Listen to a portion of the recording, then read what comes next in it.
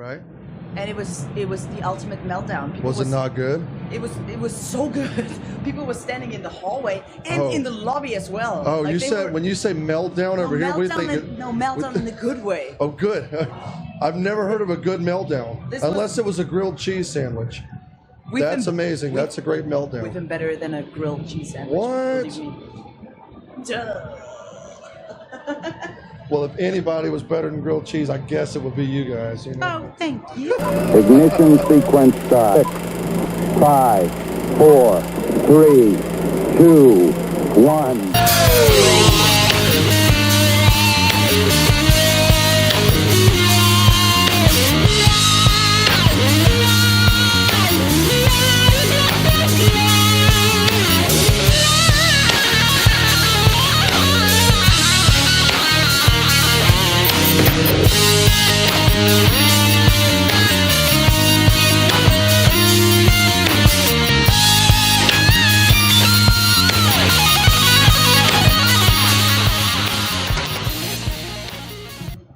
Can I grab one of those tiny little cube waters? No, those are all mine, and you cannot have any of them.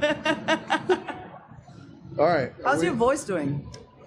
It's holding up. I mean, good. You know, classical training does the body good, I guess. Yeah. Is it that bad for you? No, it's not. I'm good. Hello, Jen Majura. Hello, Thomas. I'm actually starting all my podcasts off like that. I want that to be like, hi. Do they reply like, hello, Thomas? Some of them do. Wait for the tone. Hello, Thomas. Now, none of them were that sexy, but still. See? Like Kenny Olsen tried, and I was like, no. no, Kenny, don't do that again. Yeah, but see, Kenny's such a laid-back guy. I was kind of like, hey, man. And that was it. I'm the opposite. Oh, you put a lot into that. I'm not going to lie. What do you think about all this madhouse out here, man? It's amazing. I love it. 2020 NAMM Show. I mean, 2020 NAMM Show is fucking killer. I love it. No doubt. I mean, this is a crowd. With so many friends, you know, that's what I love about NAMM the most, that you bump into a lot of friends. You do. Not only business people, but you meet business people and friends, and everybody's here. So I love it. I love seeing everybody, but after it's over, I kind of forgot that I ran into certain people. Oh yeah. Because it's such a madhouse that I can't keep track of everyone that I ran into. And, don't feel weird. I'm video taping you for my this? Yes, for my vlog. God. You'll be in my vlog. I'm gonna be in the What? Yes. Oh my God. So you know, the thing is, there's two different types of NAMM shows, as you know. There's the winter NAMM and there's the summer NAMM. Right. And summer NAMM, I tend to feel like I've gotten, at least I held onto my memory a little bit better during summer NAMM, because it's not quite this crazy, and people actually have time to have a discussion at summer NAMM, whereas this is so busy. And I believe I had the numbers right. In 2019, there was 100,000 people at the winter NAMM show, yeah. and 10,000 at the summer NAMM show. You know, still a lot of people, but 10 times smaller. But I tell you honestly, I've never been to that Nashville show. Well, we're going to change that. I spend a lot of time in Nashville, as you know. I know. Because that's where we met. That's our beginning. I never been to the Nashville NAMM show, so yeah, we got to change that. So I got to tell them real quick, tell the listeners a little bit about how me and you got to know each other. Go ahead. It was I'm sitting there, I'm playing this cover gig at the Hard Rock Cafe in Nashville. And which, no shame at cover music musicians, no shame in that. Absolutely not. That's where I come from. I love it. You know? So, you know, I'm sitting there playing this stuff, and this interesting lady is sitting there at the bar, and she is just into some of the stuff that people like, but they don't really get that much into. So, you know, like I'm playing some stuff by Supertramp, and this amazing person is into this music so much. I was singing along. I was partying. I had a great time. It was awesome. You were. I could hear you singing harmonies from the bar, and you were sitting there by yourself the entire time. And I'm like, wow, she must really be into what I'm doing. And then I went back to get my cold hamburger that I had left there or something. I don't remember what it was because I was stupid and left the thing right there. Yeah, you did, right next to me. Right next to you. And I believe, didn't I threaten and tell you not to eat my damn burger? Yes, you did. That's right. Keep your Just hands for the off record, of it. yes, he threatened me. That's right. You want a burger? I'll buy you one, but don't touch my damn burger. You didn't say you buy me one. Well, I would you just have. Said, no, you didn't. Oh, look here. Do not act like you know me, okay? On that day, that's the first day you'd ever met me. You don't know what I would have done. Okay, I could have been crazy. Could have been selfish. True. You never knew. You never know. But you know what? You came back. You told me, you said, I'm coming to your gig tomorrow night, and I'm bringing friends. Yes. And I didn't believe it because you have no idea. Well, you do, but a lot of people have no idea how many times people say, I'm coming, and then they don't show up. Oh, I do know that. You know that. I totally know that. A lot of people don't realize it. But you know what I realized by now, like in that business, in that crazy music industry business, the one thing you need to do is stand by your choice and stand by your word. Whatever you say, just do it. Don't just push words out of your mouth and just don't show up. There's a lot of that in the entertainment industry. I know, but I'm not like that. Me neither. If I give you my word, I'll be there. And you were. Yes. And you brought friends. I brought friends. Just like you said you would. And you came and you sat down again and stayed for the entire night. Exactly. And then I found out I'm sitting next to Jen Majura, guitarist for Evanescence. You didn't know the first night, right? I didn't know, but I didn't care. You know, that's cool. That's the cool thing. You know, when I meet good people, I just like to have a conversation with good people, and that's just it. Exactly. You know, I don't really care if you're Paul McCartney. It wouldn't have mattered to me. You know, so wouldn't you get a little bit nervous? Come on, you know Paul what? McCartney. I have this fear of meeting like my heroes. Who? Because, well, McCartney. Name three Heroes. Yeah. Paul McCartney, Geddy Lee, Roger Hodgson. Okay, I was attending a Hollywood vampire show, and you know it's Johnny Depp and Alice Cooper and Joe Perry, and so a friend of mine, he's their security, so he hooked me up, and I stood stage right next to Johnny, and then I turned around and there was Roger Taylor. Oh my God! Like Queen Sir Roger Taylor. Sitting right there. I was so intimidated. I was so shy. I couldn't even ask him for a picture. He was super nice because I apologized to him for being in his way so he couldn't see the show. Wow. You know, that's awesome. Sometimes it's in the approach, you know, really. I mean, a lot of people think some people that are finding that level of success are just, you know, sometimes mean or whatever. But you have no idea how many times these people get bothered. You know, some of them can't even walk in a grocery store with their children without being harassed. So I get where they're coming from. If I was a celebrity, I would be a total asshole. I totally get it because I remember when we've been touring South America with Evanescence in when was that? 2017, I believe. It's been nuts. I had like 3 personal securities following me wherever I go. They put one security in front of my hotel room, and I opened up the window. Like the first thing I got to my hotel room, I opened up the window to just like let some fresh air in. And I remember there were like 300 people in front of that hotel room yelling at me like, yeah! And I was like, what the fuck is this? So here's the story. They had my hotel room window, right? And I was like, okay, this is not cool. Close the curtains. And then I took one of these paper, like little notebook paper things that are in the hotel, and I wrote down, if your camera can see this, you have a badass zoom. And I wrote it down really tiny. And then I glued it outside of my window, like I put it outside, and I went on Twitter. Literally, not shitting, 5 minutes later, it was totally perfectly clear on Twitter. And that I was really like, Jesus, like somebody was zooming in on the picture. Some people really have to deal with that. Now that just tells me some people don't have a life. Yeah, I mean, you really, don't. that's I would never. I don't care. I named my 3. Okay, I would never sit there and zoom in with pictures trying to take stuff like that. That just, to me, get a life, get laid, whatever you got to do. I don't care. Just go do it and get lost. That's ridiculous in my opinion. You know. It's crazy. It's crazy. And I've seen some crazy fans literally, like a couple of days, a stalker showed up in front of my door at home. And I was like, wait a minute. Tell me about that. Well, I tell you honestly, he kept sending me messages and letters, and they found out where I live and everything. What? And I was like, dude, could you just like leave me alone? And then he showed up at my front door, and that's when I really called security and everything. And so see, you're nice. I am. You're nice. I am nice. You're very nice. I'm human. He is so lucky that you didn't grow up where I grew up.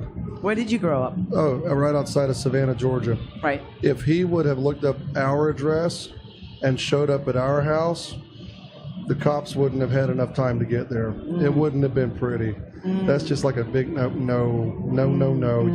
You do not show up uninvited to someone's house where Exactly. I grew up. That's a general thing. You should not do that. That's like creeper status. It's just I think like people should just like respect privacy. They should, but I they am don't. a person in the public. Yes, I get that. I have that stage persona and stuff, but I'm also a private person that has a private life, and I'm sorry, just respect that. They should. Yeah. You're absolutely right. I read an article one time. You know who Brock Lesnar is? Yeah. The fighter, right? Yeah. So Brock was in an airport or something, and somebody ran up to him, and and he shouted something back at him, and they went and complained about it or whatnot. I can't remember what it was, but he was walking through the airport with his children, or his child, or I don't know what how many kids he's got, but he was there with his family. Yeah. Is the point? And somebody accused him of being mean. And I'm like, you know what? He's Brock Lesnar. You're lucky. That's all he did was shout at you. Yes. Because if he'd have grabbed a hold of you, man, that You don't would want have that. been You don't want that. disastrous. No way. I'm going to take this into a, because obviously you're an amazing musician. Thank you. Obviously, but I lose your voice while you say obviously. Obviously. Am I losing it really? Is it that bad? You just did it for a moment, Just but I for liked a moment, yeah. It was a nice compliment. Obviously. Okay, yeah. So, but when I was doing some homework, though, tell me about the theremin.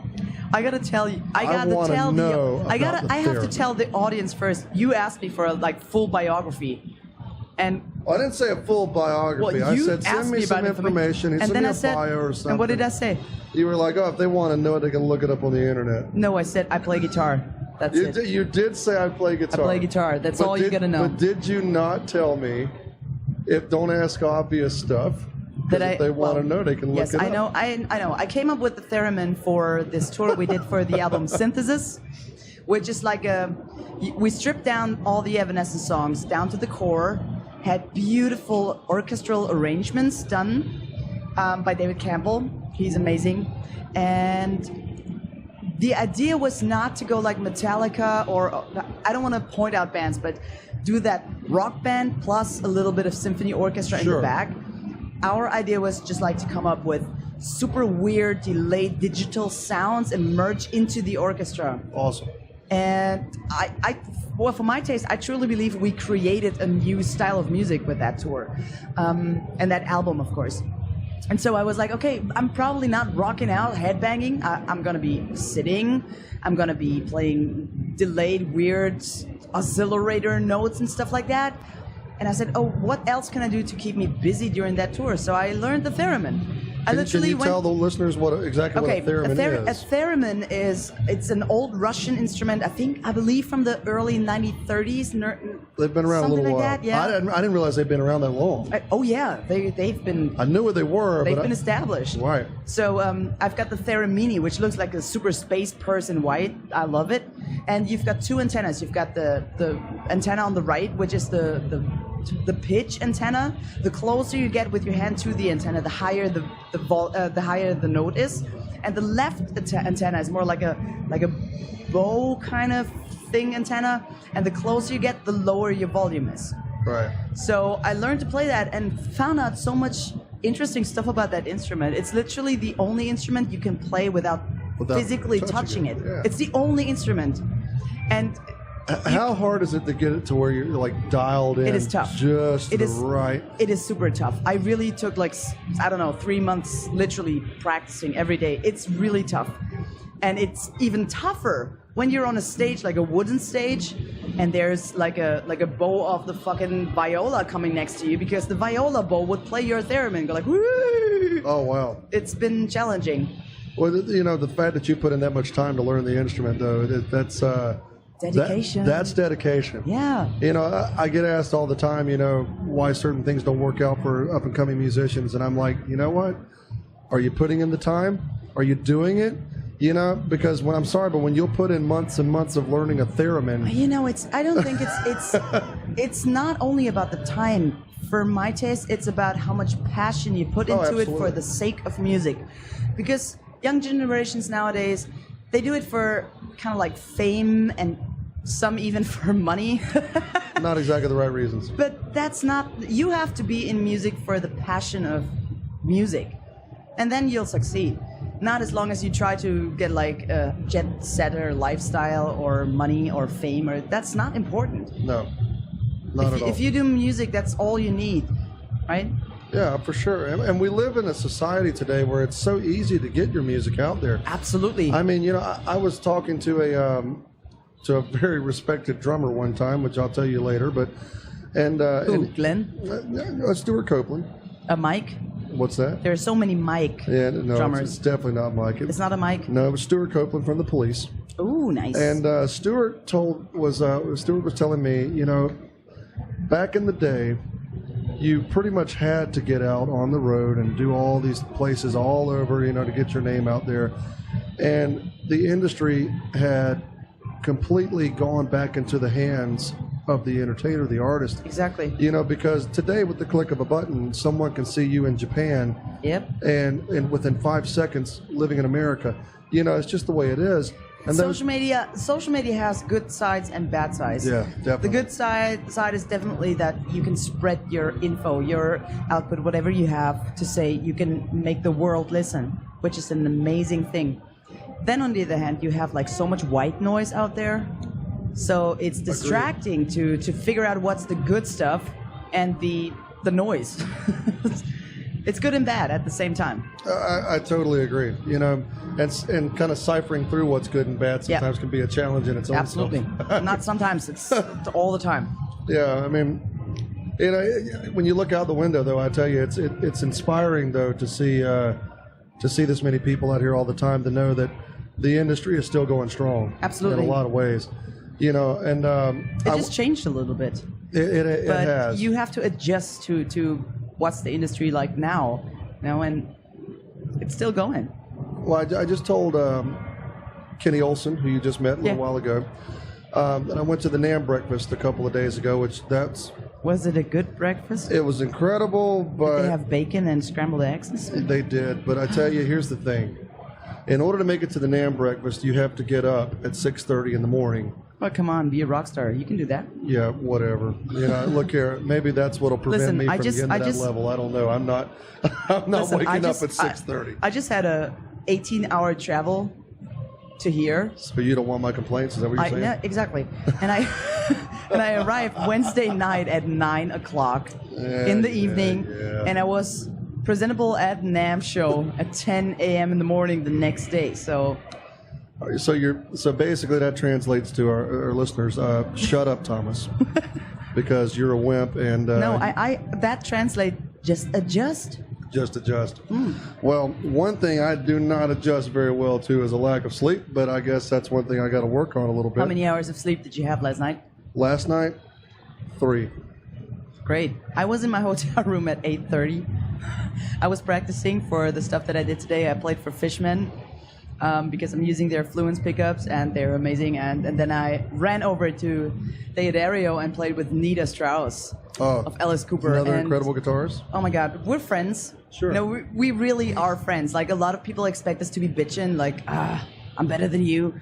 But the thing the thing with female guitar players like Nita and Courtney and Gretchen and Nilly, and we all, it's a tiny little pond. No, it's a puddle. It's not even a pond, it's a puddle of those female electric touring guitar players. Sure. And we all are very, very aware of each other. And we would like help each other. And you're like family. We are supportive to each other. And when it comes to the sausage party, I see so much elbow fight. I'm sorry to say that, but it's a sausage party for me. It's all good. I mean. And everybody's like, I'm faster than you, I'm louder than you, I'm better than you. And with us girls, it's more like, let's join hands and do this together, because I truly believe we're on a good way to reach a spot in music industry where gender hopefully won't matter anymore. I have never ever heard but somebody pointing out like, oh dude, have you seen that male guitar player? Like what the heck? Like people would point that out. I get what you're saying. Female guitar player, but Definitely. it should not matter because the one gender we all are is musicians. Sure. And every musician tries to do his or her best. And it doesn't matter if it's a female or a male musician. No, it doesn't. And I'm so happy that more and more females are showing up, like not only guitar players, but drummers and bass players. And it's good. It's good. And as soon as we have enough females, people will, I truly believe that, people will stop pointing out female musicians. I'm so tired of that. Oh, I'll bet it's The female guitar player of Evanescence. Oh, duh. the people actually say that. Mm-hmm. Oh my God! See, I wouldn't. I'd just be like, wow, that. Well, you're Thomas. You're cool. I might I might say like, she's an amazing player. Thank I you. might make that comment, but I'm not going to sit there and go, wow, she's amazing for a female player. But that's like. Oh, I heard that so many times. Well, people suck. I mean, sometimes. Not everybody. Not everybody, but sometimes they just do. Unfortunately, you find people who make comments like that, and it's like, oh, come on.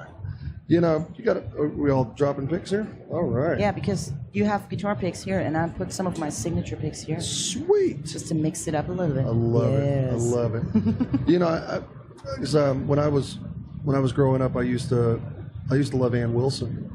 Oh, nice. Yeah, I still do. I mean, Ann's incredible. I am the biggest fan of Joe and Jet. Love. Oh my God, Joan and we Jett. played a festival, and she was playing there too.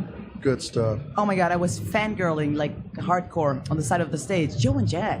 You know who my crush was? Not gonna lie, Who? Bonnie Raitt.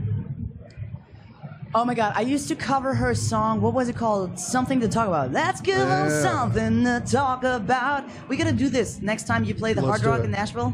Let's do it. Totally, I'm in. Did I play Love Has No Pride? Yes, you did for Did me I? because I asked you to. You asked me to. That's right. Then I think you made a comment about my voice giving out or something, and I'm not sure. Did I? You were like, you. No, I didn't.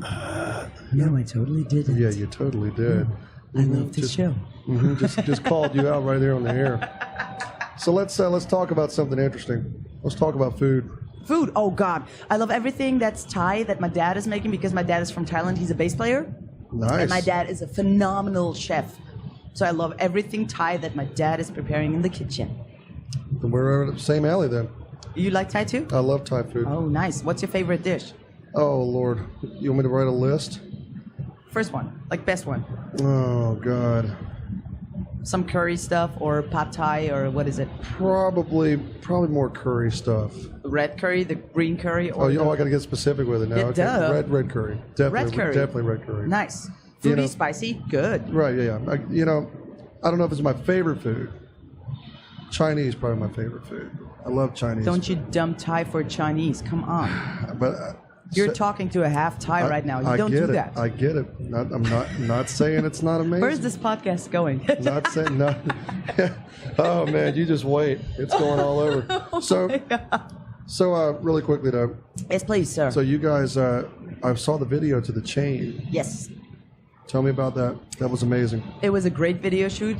PR Brown did it. He also did our latest album, Synthesis, and the video for Imperfection. He's a sweetheart. He worked with Manson and everybody, literally everybody. The video shoot was fun. I thought I might die earlier because I inhaled so much red fog and steam and shit. But it turned out to look great. It did look amazing. It was really, really cool, right? It was. Yeah, and we're all very proud of it. And we can't wait to go to the studio and record the new album. And when is that going to be? Well, pretty much in 2 days. So you're going to the studio in 2 days? Yes. I'm leaving the NAMM Show on Sunday, you're flying going to Nashville. To Nashville, okay. And then we're going to the studio, start recording. Not finishing the album, but we'll start recording, maybe continue a little bit of writing and everything. And we don't know yet when the album will be out, but we're taking our time to create the best content, And I'm excited. It's a new age. I loved your solo album. Thank you so Infinity. much. Thank you. I went and I bought it.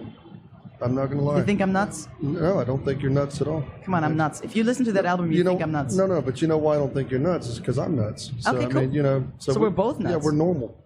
You know, Yes, that's the way it is. I get it. I loved all the other ones, and I loved like Chuck Norris. Thank you. Both I played at the Fishman thing. Who writes songs about Chuck Norris unless they're a badass? Duh, it's Chuck Norris, right?